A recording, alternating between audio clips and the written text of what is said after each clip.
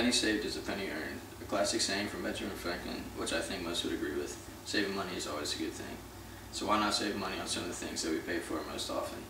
Things that seem inelastic and we often don't even think twice about paying for. I'm talking about energy sources, like gas for filling your cars, electricity, and heating your homes. Can you imagine almost completely eliminating these costs? Well, there are ways to do it, and after doing research on renewable energy sources, I'd like to tell you about a few different types of these sources, why they're beneficial, and ways you can adapt a sustainable lifestyle. First, let's look at a few different types of clean energy sources. Non-renewable sources are mostly what are used today, such as coal, natural gases, and oils. They're termed non-renewable sources because they have a limited supply. They cannot be grown or produced and will run out once we use them all up. Renewable sources are ones that the earth naturally provides for us and will be replenished with the passage of time. These include wind power, solar power, geothermal, and also hydroelectric. Geothermal energy is energy derived from the heat in the interior of the earth. Heat pumps are used to create a refrigerated cycle and function basically like a refrigerator that you have in your kitchen.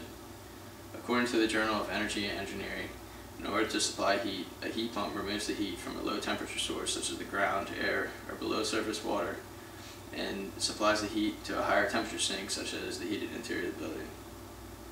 And the opposite for the cooling mode, the process is reversed. The heat is extracted from the cooler air inside and rejected to the warmer outdoor air or other heat sink.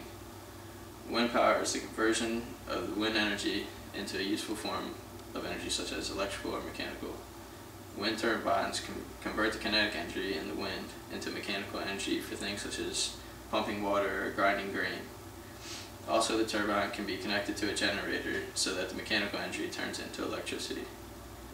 Hydroelectric power means generating electricity through the conversion of energy of running water. Almost exactly how wind and coal plants work, hydroelectric power uses a turbine connected to a generator to create the electricity. However, instead of using wind, instead of using wind or steam from burning coal to turn the turbine, hydroelectric uses running water from the waves of the ocean or a dam in a river. Solar power is obtained by harnessing the sun's rays into usable energy such as heat or electricity. According to Southern Maryland newspapers online, the Smecco Solar Farm in Hughesville, Maryland has over 23,000 American-made solar panels that directly convert sunlight into current that is collected by combiner boxes. The current is then carried underground to power inverters that turn the charge into an alternating current, which is used to power our homes and buildings. Now that we've gone over a few different types of renewable energy sources, let's look at some of the benefits. Renewable resources, also called sustainable energy sources, are preferable over non-renewable sources because they are cost-effective and, more importantly, environmentally friendly. People can be afraid to switch to renewable sources because it's generally new technology and the initial costs can be relatively high, but it's in the long term where they're going to save you the money. Bentham Paulos, a program officer with the Energy Foundation in San Francisco, reported in an article titled Earth, Wind, and Fire that over the long term, renewable energy such as solar or wind will be a relatively low risk investment for companies. This is because the technologies are not subject to the fluctuations in price of fuel. They are also not subject to future emission regulations, which could be a huge problem for the companies in the future. They are also quick return investments. According to an article in the Agricultural Research Washington Journal, a wind diesel hybrid control system was created to reduce the diesel dependency of 2 Alaskan fishing villages. Not only did the hybrid system save the amount of diesel that was used, but total energy costs were cut by nearly 60%. According to UCSUSA.org and fueleconomy.gov, the typical American will spend more than $22,000 on gas throughout the lifetime of 2011 vehicle of average fuel efficiency.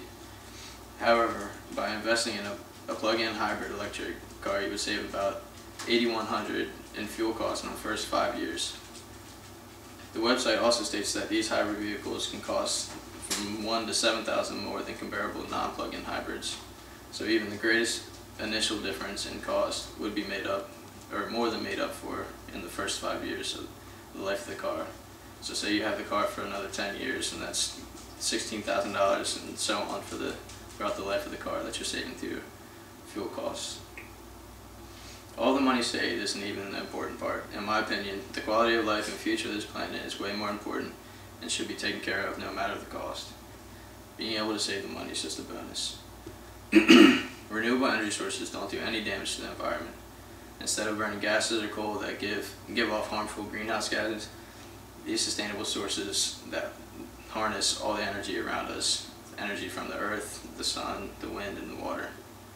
According to the article Earth, Wind, and Fire, the U.S. Environmental Protection Agency reported that 40% of greenhouse gas emissions come from electricity production, half of which come from using coal.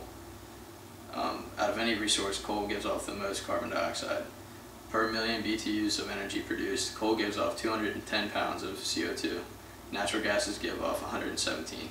How many do the renewable resources give, like hydroelectric, wind, solar, and geothermal? Give off 0 pounds.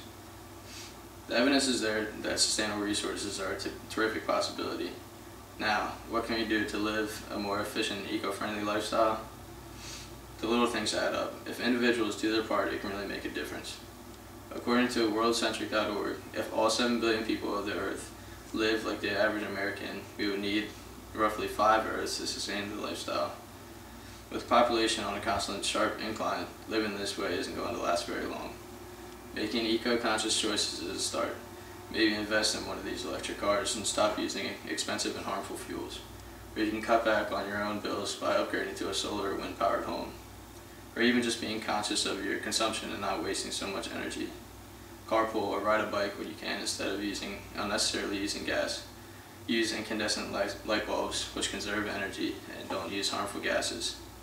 Become more educated about renewable sources. Learn about how they can be included in your life. And on top of individual efforts, try to make changes in your area. Spread the word and convince others to adopt a sustainable lifestyle.